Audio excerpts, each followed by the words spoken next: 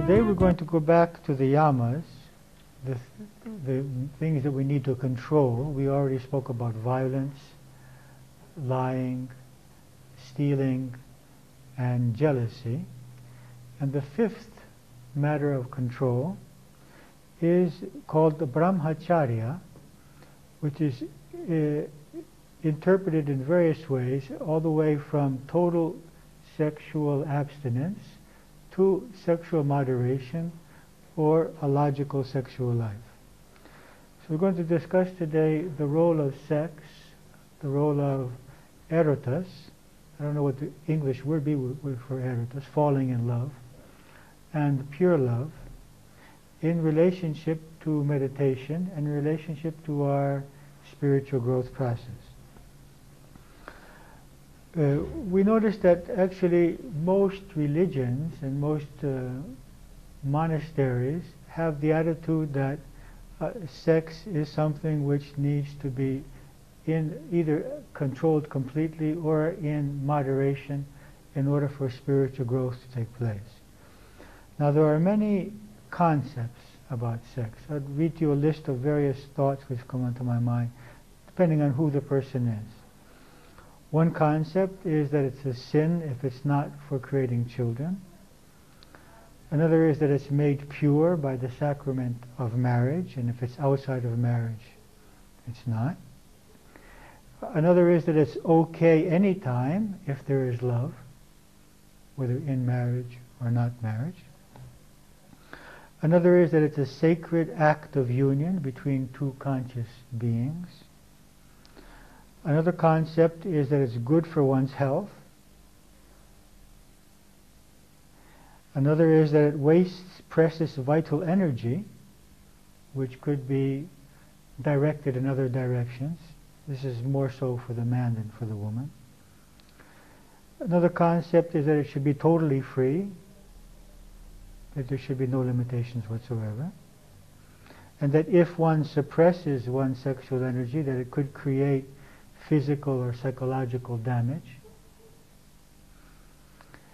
Another concept that it's okay for men to have extramarital relationships, but not for women. Another is that it's okay for men and women. Another is that it's not okay for anybody.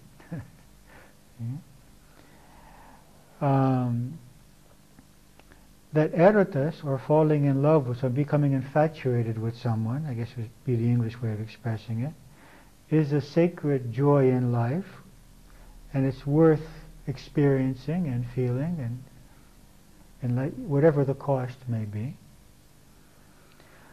Another concept about sex is that one's manhood or womanhood is measured by one's sexuality, or by one's sexual success, or one's attractiveness to the opposite sex.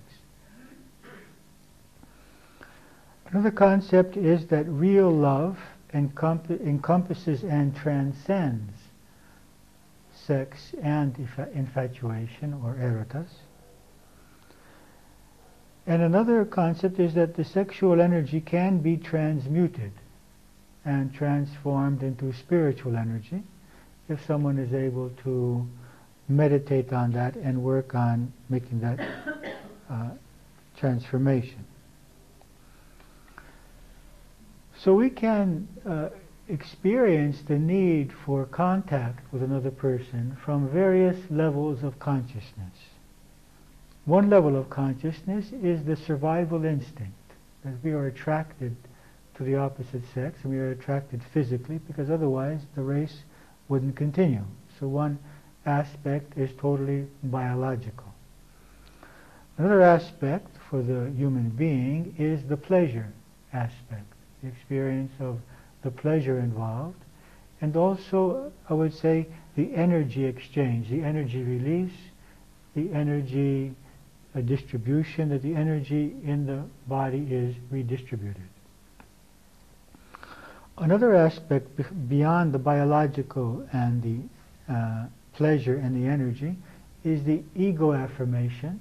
That is, I am affirmed by being desired by another person. I feel that that person loves me, cares for me, is interested in me, and if it doesn't happen for a long time. I can feel doubt about my self-worth, so it's an affirmation process. Also, it can be a control game in relationships. One wants to control the other in certain ways, using it, not giving the sexual contact unless we get something, playing games around this. It's a tension-releasing process. Many tensions are released.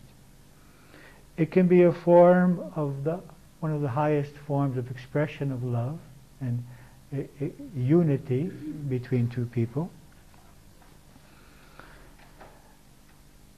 So the question is, how can we find our balance in this? How much is it helping us? How much is it obstructing us? And how can someone on the spiritual path or in the path of meditation find some balance in this aspect of his or her life? I'd like to define these three levels of attraction. First of all, sex can exist without infatuation or eros or love. And then it has very little value. It may release some tensions, but it certainly doesn't give us the emotional or spiritual benefit.